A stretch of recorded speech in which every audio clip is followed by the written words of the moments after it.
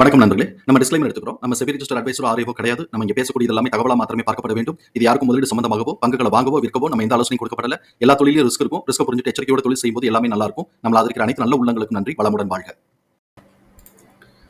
வணக்கம் நண்பர்களே. 2025-26க்கான Q2 result announce பண்ணிட்டு வராங்க. அந்த வரிசையில இப்ப நம்ம பார்க்கக்கூடியது டாடா கன்சல்டன்சி சர்வீசஸ். சப்சிக்வெண்ட் குவார்ட்டருக்கும் சரி 2025-26க்கும் என்ன வாய்ப்பு இருக்குங்கிறதுக்கான ஒரு தேடுதல் முயற்சி. இவங்களுடைய அனாலிசிஸ் பார்க்கறதுக்கு முன்னாடி இவங்களுக்கு இன்ட்ரீம் டிவிடெண்ட் பற்றின ஒரு அனௌன்ஸ்மெண்ட் இருக்குது. 11 ரூபா பெர் ஷேர் கொடுக்குறாங்க. அது டியூ டேட் வந்து 15ஆம் தேதி அக்டோபர் மாதத்துக்கு. இப்போ நம்ம அனாலிசிஸ் பார்ப்போம். ட்ரெண்ட் லைனை பொறுத்த வரைக்கும் இவங்க மிட்ரேஞ்ச் பெர்ஃபார்மருங்கிற கிளாசிஃபிகேஷன்ஸ்குள்ளே வராங்க. High financial strength, mid valuation, டெக்னிக்கலாக மூமெண்டம் நியூட்ரலில் இருக்குது. அனாலிசிஸ்ட் ப்ரைஸ் டார்கெட்டாக 3543 டார்கெட்டை அப்சைட் பண்ணியிருக்கிறாங்க. நம்ம இந்த வீடியோ ரெக்கார்ட் பண்ணக்கூடிய தருணத்தில் 3028ங்கிற லெவலில் ட்ரேட் ஆகிக்கிட்டு இருக்கு. இவங்களுடைய பிஇ வேல்யூஷனை செக் பண்ணும்போது கரண்ட் பிஇக்கும் சரி 1 இயர் ஃபார்வர்ட் பிஇக்கும் சரி அண்டர் வேல்யூ அப்படின்னு சொல்லி இண்டிகேட் பண்ணிக்கிட்டு இருக்கு. ஃபண்டமெண்டல் கீ மெட்ரிக்ஸை பார்க்கும்போது high level of liquidity position maintain பண்ணுறாங்க. ஹை ரேட் ஆஃப் ரிட்டர்ன் எடுக்கிறாங்க. டெப்ட் டு ஈக்விட்டி ஆல்மோஸ்ட் 0ல இருக்கு. பிஇ அண்ட் பிபிஐ பொறுத்த வரைக்கும் நம்மளை பொறுத்த வரைக்கும் இது எக்ஸ்பென்சிவ் வேல்யூவேஷன். அதே சமயத்தில் பீட்டா ஸ்கோர் 0.93ன்னு இருக்கு. Normal volatility. ட்ரெண்ட் லைனில் பார்ட்டிசிபேட் பண்ணக்கூடிய அனாலிசிஸ்டோடைய ஃபோர்காஸ்ட் எப்படி இருக்குன்னு பார்ப்போம். ரெவென்யூ ஃபோர்காஸ்ட் ஆனுவலைஸ்டாக பார்க்கும்போது 5 to 5% கிட்டக்க க்ரோத்துக்கான ஆப்பர்ச்சுனிட்டி இருக்குன்னு எதிர்பார்க்குறாங்க. அதே மாதிரி இபிஎஸ் உடைய ஃபோர்காஸ்ட்டும் 5.3% க்ரோத்துக்கான ஆப்பர்ச்சுனிட்டி இருக்குன்னு எதிர்பார்க்குறாங்க. தென் ரெவென்யூ ஃபோர்காஸ்ட் குவார்டர்லின்னு பார்க்கும்போது 1.5% க்ரோத்துக்கான ஆப்பர்ச்சுனிட்டி இருக்குன்னு எதிர்பார்க்குறாங்க. அதே மாதிரி இபிஎஸ் ஃபோர்காஸ்ட் குவார்டர்லின்னு பார்க்கும்போது 5.5% க்ரோத்துக்கான ஆப்பர்ச்சுனிட்டி இருக்குன்னு எதிர்பார்க்குறாங்க. இப்போ இவங்களுடைய குவார்டர்லி பெர்ஃபார்மன்சஸ் எப்படி இருக்குன்னு பார்க்கலாம். இயர் ஆன் இயர் கம்பேரிசன்கிறது செப்டம்பர் 2025 செப்டம்பர் 2024 கம்பேர் பண்ணும்போது குவார்டர்லி ரெவென்யூ 2.6% இன்க்ரீஸ் ஆயிருக்கு. அதே மாதிரி நெட் ப்ராஃபிட் 1.4% இன்க்ரீஸ் ஆயிருக்கு. Q2Qன்னு வரும்போது கிட்டத்தட்ட ஒரு 1600 கோடி ரூபாய் கிட்டக்க ரெவென்யூ இன்க்ரீஸ் ஆயிருக்கு. ஆனால் நெட் ப்ராஃபிட் 700 கோடி ரூபாய் கிட்டக்க குறைஞ்சு போயிருக்கு. அதனால இபிஎஸ் உடைய லெவல் ஒரு ரூபா குறைஞ்சு 33.4 அப்படிங்கிற லெவல்ல இருக்கு. அதனால இபிஎஸ் உடைய டிடிஎம்னு பார்த்தோம் அப்படின்னு சொன்னா 136.6ன்னு இருக்கு. இது போன தடவையை காட்டிலும் 0.5 கூட. நம்ம அந்த ஃப்ராக்ஷனை விட்டுட்டு பார்த்தோம் அப்படின்னு சொன்னா ஸ்டாக்னேட் ஆகுது. எக்ஸ்பென்சிவ் வேல்யூஷன்னா கொஞ்சம் கரெக்ஷன் லீட் எடுத்தாலும் ஆச்சரியப்படுறதுக்கு இல்லை. அதே சமயத்துல சப்சிக்வெண்ட் குவார்ட்டருக்கு என்ன வாய்ப்பு இருக்குங்கிறத பார்த்துட்டு இவங்க பாட்டம் அந்த ரேஞ்ச் பவுண்ட்ல பாட்டம் ஹிட் பண்ணி திருப்பி மேலே போனாலும் ஆச்சரியப்படுறதுக்கு இல்லைங்கிறதையும் நம்ம புரிஞ்சுக்கணும். அந்த அனாலிசிஸை நம்ம வந்து எக்ஸல் ஃபார்மேட்ல நம்ம பார்ப்போம். இப்படிப்பட்ட இந்த சூழல்ல இவங்களுடைய எம்எஃப் இன்ஸ்டிடியூஷன்ஸ் எஃப்ஐஎஸ் இவங்களுடைய இதில் வந்து இப்போ வரைக்கும் இந்த டேட் வரைக்கும் இவங்களுக்கு எந்த சேஞ்சஸும் பண்ணல அவங்களுடைய ஹோல்டிங்கில். அதனால ஹோல்டிங்கில் வேற எந்த சேஞ்சஸும் இல்லைங்கிறது நம்ம புரிதலுக்குள்ள எடுத்துக்கிறோம். இவங்களுடைய இபிஎஸ் தகவல்களை நம்மளுடைய எக்ஸல் ஃபார்மேட்ல போட்டிருக்கிறோம். நம்ம இங்கே கவனிக்கக்கூடியது book value 280.82, fair price 928, current price 3016, fair price current பிரைஸோட ரேஷியோ 3.25 இருக்கு. இது நம்மளை பொறுத்த வரைக்கும் எக்ஸ்பென்சிவ் வேல்யூஷன் தான்.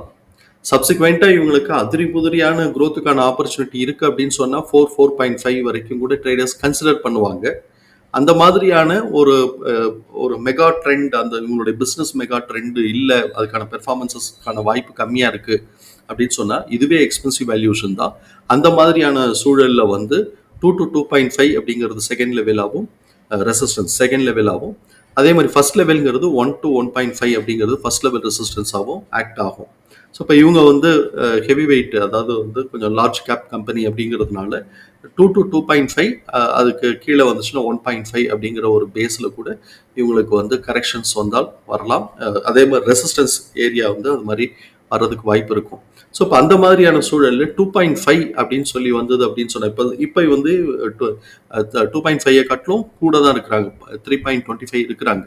ஸோ இப்போ இது கரெக்ஷன் வந்துச்சு அப்படின்னு சொன்னால் 2.5 அப்படின்னு வந்ததுனாக்க 2322ஆகவும், 1.5 அப்படின்னு சொன்னால் 1393ஆகவும் ப்ரைஸ் கன்வெர்ட் ஆகுது. இது ஃபேர் ப்ரைஸ் கரண்ட் ப்ரைஸோடைய ரேஷியோவை பேஸ் பண்ணி இது வந்து மாறுதலுக்கு உட்பட்டது. ஏபிஎஸோட இது வந்து இபிஎஸ் பெர்ஃபார்மன்ஸஸ் எப்படி இருக்கு, புக் வேல்யூ எப்படி இருக்குங்கிறத பேஸ் பண்ணி இது வந்து மாறுறதுக்கும் வாய்ப்பு இருக்கு. இப்போ அடுத்த குவார்ட்டருக்கு என்ன வாய்ப்பு இருக்கு அப்படிங்கிறத நம்ம வந்து ஒரு யூகிப்போம். அதுக்கு நம்ம இபிஎஸ் உடைய டிடிஎம் வந்து அனலைஸ் பண்றோம். கரண்ட் இபிஎஸ் உடைய டிடிஎம் 136.7, அதை ஆவரேஜ் பண்ணும்போது 34.18 வருது. இதுதான் நெக்ஸ்ட் குவார்ட்டருக்கான ஆவரேஜ் எஸ்டிமேட்டட் இபிஎஸ். இது நெக்ஸ்ட் குவார்ட்டருக்கு எக்ஸிட் ஆக போறதோட கம்பேர் பண்ணும்போது 0.02 கம்மியா இருக்கு. எது ஆவரேஜ். ஸோ இப்போ அந்த 0.02 கம்மிங்கிறது விலக்கி வச்சுட்டு பார்த்தோம்னா ஸ்டாக்னேட் ஆகுது. 34.20 34.20ன்னு நமக்கு ஸ்டாக்னேட் ஆகுது. Q2 வந்து 33.40. ஸோ இப்போ இந்த இடத்துல வந்து Q2 கம்மியா இருக்கு. ஆவரேஜ் வந்து ஒரு ரூபா கூட இருக்கு. அதனால என்ன ஆகுது அப்படின்னு சொன்னா ப்ரீவியஸ் குவார்ட்டரோடைய ஹைட்டை மேல பிரேக் பண்றதுக்கான வாய்ப்புகள் இருக்கு. ஆனா அது வந்து பெரிய ஸ்ட்ரென்த்தா இருக்கான்னா ஸ்ட்ரென்த் ரொம்ப கம்மியா இருக்கு அப்படிங்கறத நம்ம புரிதலுக்கு எடுத்துக்குவோம். ஸ்டாக்னேட் ஆயிருக்கு. இது எக்ஸ்பென்சிவ் வேல்யூஷன் அப்படிங்கும்போது ஃபேர் பிரைஸை பொறுத்த வரைக்கும் இது எக்ஸ்பென்சிவ் வேல்யூஷன் போது கரெக்ஷனல் லீட் எடுத்தாலும் ஆச்சரியப்படுறதுக்கு இல்லை. அப்படி கரெக்ஷன் லீடு எடுக்கும்போது ப்ரீவியஸ் குவார்ட்டருடைய லோவை கீழே உடைச்சாலும் ஆச்சரியப்படுறதுக்கு இல்லைங்கிறத நம்ம புரிதலுக்கு எடுத்துக்கிறோம். இது நார்மலா இருக்கக்கூடியது. ஸோ இப்போ இதுல வந்து இன்னும் வந்து நம்ம இவங்களுடைய ஐடி செக்டாருடைய பிஹேவியர் எப்படி இருக்கிறதுக்கு வாய்ப்பு இருக்குன்னு பார்க்கலாம். அமெரிக்கா மார்க்கெட்டை டிபெண்ட் பண்ணி இருப்பாங்க. நிறைய வந்து அமெரிக்கா மார்க்கெட்டை டிபெண்ட் பண்ணி இருப்பாங்க. அதனால அமெரிக்கா மார்க்கெட்டில் சேஞ்சஸ் இருக்குனாக்க அது இங்கேயும் ரிஃப்ளெக்ட் ஆகுங்கிறத நம்ம அடிப்படை புரிதலாக வச்சுக்குவோம். ரெண்டாவது புரிதல் இங்கே என்ன நடக்கும் அப்படின்னு சொன்னால் நார்மலாக ஐடி செக்டாருக்கு நவம்பர் மாதம் அக்டோபர் முடிஞ்சு அந்த நவம்பர் மாதத்துக்கு வந்து ஒரு கன்சாலிடேட் ஆகும். கன்சாலிடேட் ஆகிட்டு அது இந்த டிசம்பர் ஜனவரிக்குள்ள ஒரு சின்ன ஒரு ஹைக் கொடுக்கறதுக்கான வாய்ப்பு இருக்கும். இது வந்து பெரும்பாலான வருஷங்கள்ல நடந்திருக்கு அப்படிங்கிறத பார்க்குறோம். 2-3 வருஷம் நடக்கலை, அதையும் நம்ம ஒத்துக்கணும். ஸோ இப்போ பெரும்பாலான வருஷங்கள்ல நடந்திருக்கு. மார்க்கெட் வந்து அப்சைட் மூவ்மெண்ட் கொடுக்குறாங்க அப்படின்னு சொன்னாக்க அந்த மாதிரியான சூழல் நடக்கிறதுக்கான வாய்ப்பு இருக்குங்கிறதையும் மனசுக்குள்ள வச்சுக்கிறோம். அந்த மாதிரியான சூழல்ல நமக்கு Q2 காட்டிலும் ஆவரேஜ் எஸ்டிமேஷன் கூட இருக்கிறதுனால ப்ரீவியஸ் ஹைட்டை மேலே பிரேக் பண்றதுக்கான வாய்ப்புகள் இருக்கலாம். அது ஸ்ட்ரென்த் வந்து ஆனால் கொஞ்சம் லோவாக இருக்குங்கிறத புரிதலுக்கு எடுத்துக்குவோம். நமக்கு எக்ஸ்போனென்ஷியல் ஃபார்முலால கிடைச்சிருக்கக்கூடிய ப்ரைஸ் ரேஞ்சஸை சார்ட்ல மார்க் பண்ணியிருக்கிறோம். அங்கே நம்ம பார்ப்போம். சார்ட்ல நம்ம இங்கே எடுத்திருக்கிறது வந்து R2, அப்புறம் வந்து R3, R4 உடைய மிட் பாயிண்ட் வரைக்கும் நம்ம இங்கே மார்க் பண்ணியிருக்கிறோம். இப்போதைக்கு பார்க்கலாம். அப்புறம் இதை உடச்சு போதா இல்லாட்டி இதோட இந்த ரேஞ்சுக்குள்ளேயே சுற்றுதான்னு பார்ப்போம். இப்போ நமக்கு வந்து R2ங்கிறது 2565லேருந்து 2572. R2 R3யோட mid point 2857லேருந்து 2864. R3ங்கிறது 3169லேருந்து 3178. அதை உடைக்கிறாங்க அப்படின்னு சொன்னா இந்த இடத்துல டெக்னிக்கலா பார்த்தோம்னா இந்த இடத்துல ஒரு கேப் இருக்கு. ஜூலை மாசத்துக்கான இடத்துல இந்த இடத்துல ஒரு சின்ன கேப் இருக்கு. ஸோ இப்போ கேப்பை ஃபில் பண்றேன்னு வந்தாங்க அப்படின்னு சொன்னாக்க இது 3460 3360. அதை நான் இதில் எழுதாம விட்டேன். 3360 அதை நம்ம மார்க் பண்ணிக்கலாம். இந்த கேப் இருக்கு. டெக்னிக்கலா அந்த இடத்துல ஒரு கேப் இருக்கு. அதை உடைச்சு போகுது அப்படின்னு சொன்னா R3 R4 உடைய மிட் பாயிண்ட் 3504லேருந்து 3513 அப்படிங்கிற ரேஞ்சுக்கு இருக்கு. ஸோ இப்போ இது வந்து இதெல்லாம் வந்து வாய்ப்பு. இப்போ என்ன நடந்திருக்குன்னு பார்ப்போம். ப்ரீவியஸ் குவார்ட்டருடைய ஹைட் அப்படிங்கிறது R3ல வச்சுட்டு அப்படியே கரெக்ஷன் திருப்பி பாட்டம் வந்து இவன் மிட் பாயிண்ட்லேயே ட்ரெண்ட் ரிவர்ஸில் எடுத்து கொஞ்சம் பாதி தூரம் போயிட்டு ரிசல்ட் வந்துருச்சு. ரிசல்ட் வந்த உடனே இதுக்கான சின்ன கரெக்ஷன் கொடுக்கறதுக்கு வாய்ப்பு இருக்கும். ஏன்னா இந்த இடத்துல வந்து ரெசிஸ்டன்ஸ் ஆகிட்டு கொஞ்சம் சின்ன கரெக்ஷன் கொடுக்கறதுக்கு வாய்ப்பு இருக்கலாம்.